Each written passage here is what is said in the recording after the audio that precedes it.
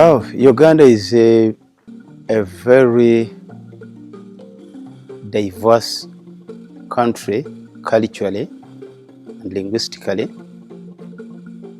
and all these different ethnic groupings are mixed up. And before the colonialists partitioned Uganda, it was a big chunk of people living together under kind of traditional leadership.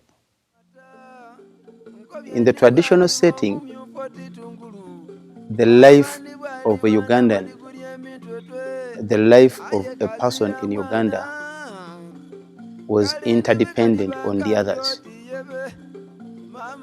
You would never live in isolation. You would never live an individual life. That still exists. That you can not, as a person, as a family, call yourself a segment of an entity of your own. You are just a small, you are part of the big chain of the community, the family, then the village, the county.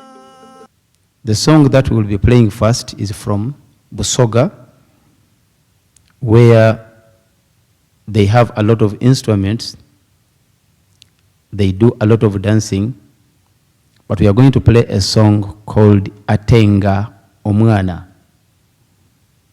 Atenga Omwana means tossing a child. It's one of, again, those treasures of Africa that when you have a child, you are always excited. But again, that child doesn't belong to you alone. The child belongs to the community. Atengo mwana tialima, atengo mwana tialima, atenga tenga, atengo mwana tialima, bana atengo mwana, atengo mwana tialima, waikwene Busoga, atengo mwana tialima, omukazi bwa bulo mwana, mama ni wali bomwe rwati mata, nkobye ni wali bomu myufoti tungulu. Mama ni bwali bana madiguri emitwetwe aye kazira mwana kale nibe kaliba kambyoti yebe mama nibe kaliba kambyoti nina muyaga. Probably I also need to tell you that Uganda is also divided into kingdoms and chiefdoms. Even today, they were returned after a spell of time. But in before the 67, there was the music was very vibrant, especially in the royal courts. And the king of Uganda, for example, had his musicians who stayed fully in the palace. And they could play music at almost every time. They would play music when he's about to wake up. They would play music when he has received visitors. They would play music when he's eating. They know what music to play when he's resting, sleeping, and all that kind of arrangement. So, but we are going to give you just a sample of what really happens. And that could be the reason why you should come to Uganda probably next week so that you can celebrate with us on this wonderful music. Thank you.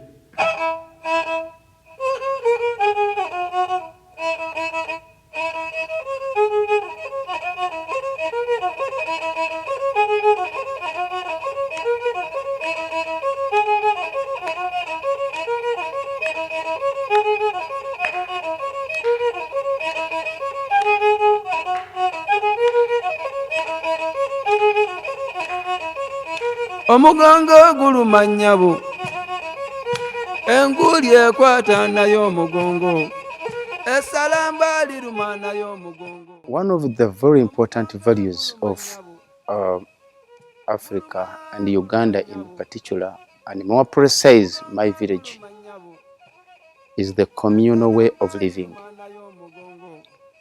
I think that is very key because the bond of the people in my village, the bond of the people in any community in Uganda, in Africa, is very strong.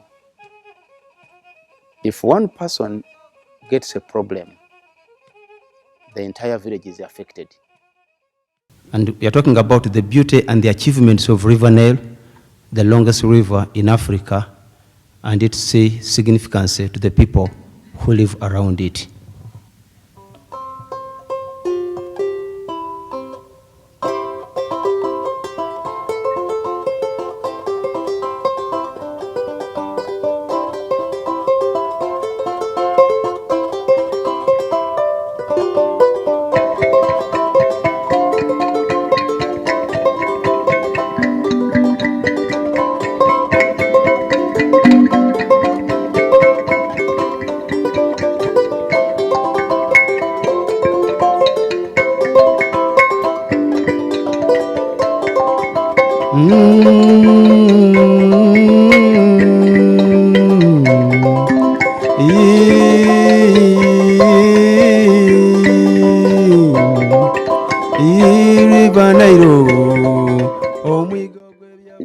Back home, a child belongs to the entire community.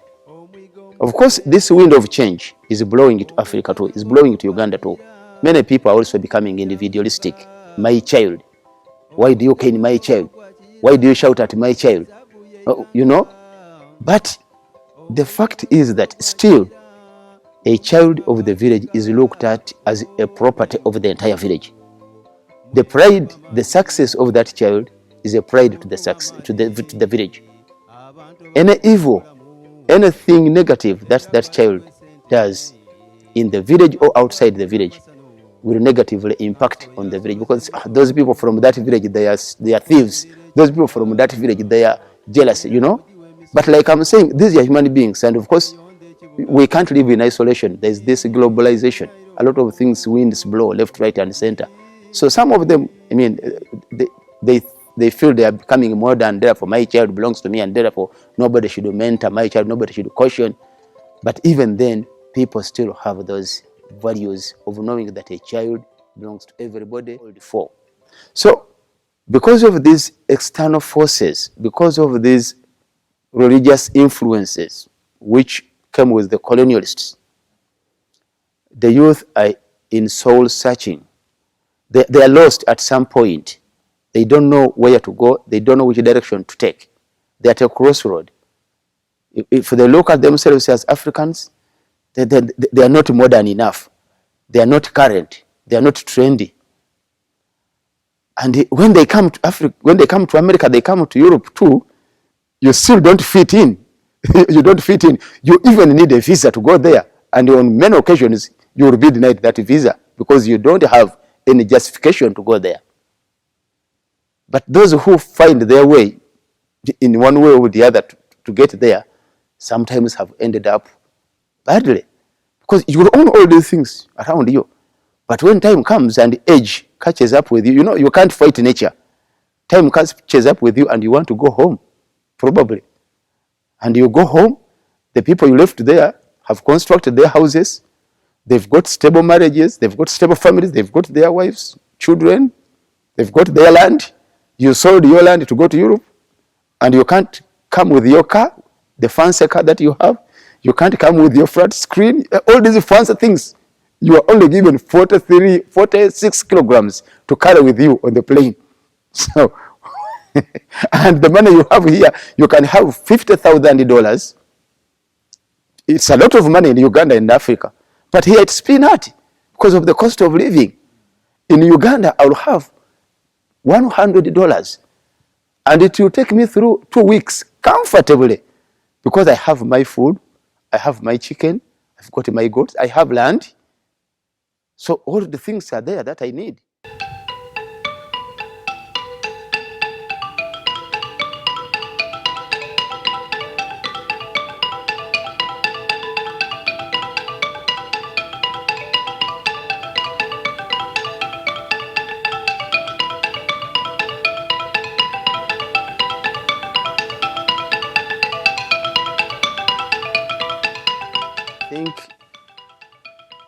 I sometimes tell our youth that this kind of life that you seemingly think is better than your life here is a deception.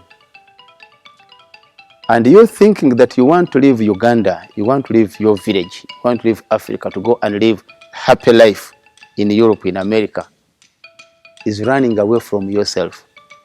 That is self-denial. You cannot run away from your own shadow.